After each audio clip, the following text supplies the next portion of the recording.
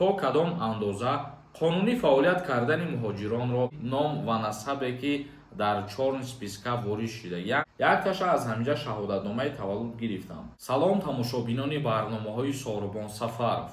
як хабари муҳима ба маълумоти шумо мерасонам. Ба муҳоҷироне тааллуқ дорад ки номшон дар чорни спискаи Федератсияи Русия баромадагист.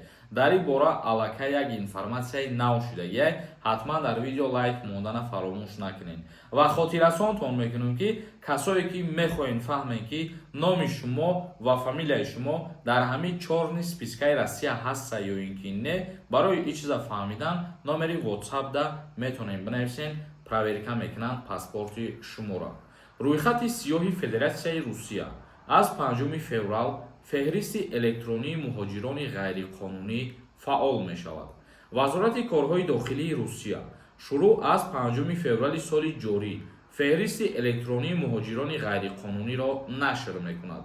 ин пойгоҳи маълумот барои корфармоён, соҳибкорон ва шаҳрвандони Русия имкон медиҳад то кадом андоза қонунӣ фаъолият кардани муҳоҷиронро санҷиш намоянд.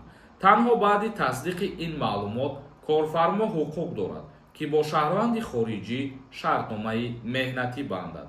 аз 5 феврали соли ҷорӣ дар пойгоҳи маркази иттилоотии вазорати корҳои дохилии Русия феҳристи шаҳрвандони хориҷие ки ғайриқонунӣ дар ҳудуди Русия қарор доранд ба фаъолият оғоз мекунад. муовини аввали вазири корҳои дохилии Русия ҳамчунин таъкид кардааст ки барои муҳоҷирони ғайриқонунӣ як қатор хизматрасониҳои давлатӣ аз ҷумла бастан ва бекор кардани акти никоҳ ва роҳи оҳан дастрас хоҳад шуд. яъне ки аллакай аз 5 феврали соли 2025 ана ҳамин феҳристи ном ва насабе ки дар чорни списка ворид шудагиянд бо тариқи электронӣ пешкаши мардум мегардад.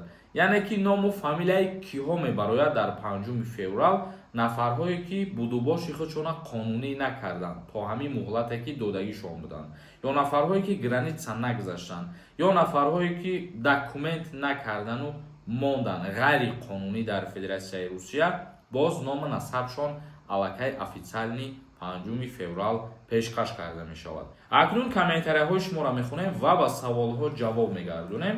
ягон нафари шумо хоҳед ки границаи Қазоқистон бирен, агар документотон тамом шидагирам бошад, ҳамин одамо ба шумо кӯмак мекунанд, мебирояд рақамошон занг занед, хатишон аз номи ма суҳбат кунед, дастгирии хуб мекунанд. яъқубов нависонда: ассалому алайкум, аз Тоҷикистон омадан, то чанд моҳа муҳлат ҳаст.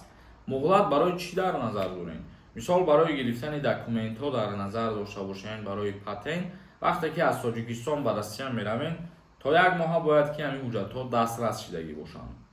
як нафари дигар нависондаи: ассалому алайкум ака, саломат бошед. як савол доштам. дута кӯдак дорам, дар Россия таваллуд шуданд. якташа аз ҳамҷа шаҳодатномаи таваллуд гирифтам, дигариша аз Тоҷикистон. гуфтам кардан роим кардан. рафтаниам, агар возвращение на родину гирам, бе паспорт рафта метавонам? кӯдако қатир раҳмат пешакӣ.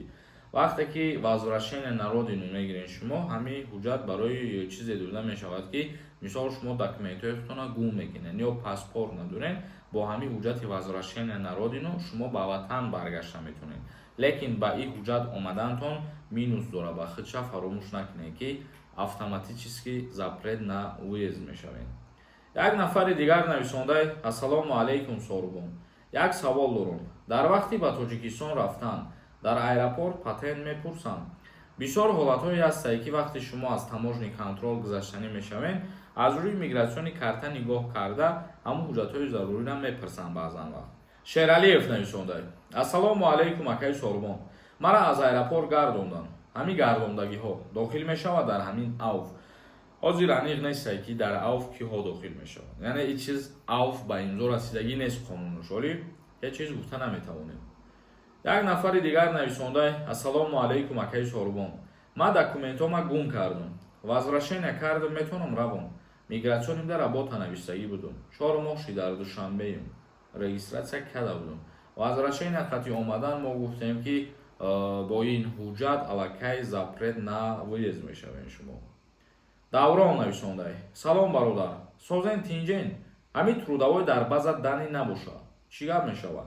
то трудовой договор вақте ки дар ба задани нест ё мисол бо патентон шумо ҳамура уведомлени равон кардагӣ нестен ба МВД, дар ин ҳолат метавонанд ки патенти шуморо аннулировать кунанд. бародар, як нафари дигар нависонда: ассалому алайкум, чӣ хеле брат, сози хубӣ, ман патент дорам, документам 100%.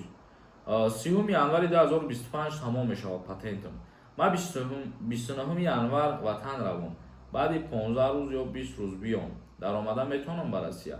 баъзеҳо мегӯянд то 3 моҳ нагардӣ даромада наметавонӣ. ҳамира мефаҳмондем.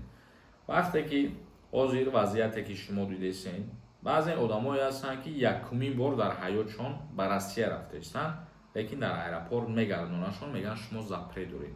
ба фикрам ки мақсади гапи мара фаҳмидем шумо.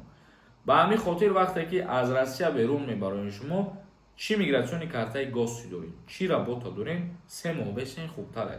ба хотире ки ҳозир 100% ҳама чизотон қонуние. 10-20 рӯз пас мерем, шуморо причина мекунанд, мегӯянд чӣ бас сразу омадӣ бисёртар наистодӣ. ё баъзе ҳолатҳое ҳастанд ки чиза ба назар намегиранд. мақсади гап ин чиза ҳозир 100% гарантия дода намешавад. аз рӯи амал, аз рӯи таҷрибаи ҳаррӯзаи одамо бигирем, агар причина шидестаи ҳамин чиз ки бояд 3 моҳ бесен баъд Россия биёем. бародарони азиз ва иломи қадр, навори имрӯзамона ҷамъбаст мекунем. саволҳои иловагира дар комментария бинависонед. зиндаву сарбаланд бошед. худованд ҳамаи мо шуморо нигаҳбон бошад.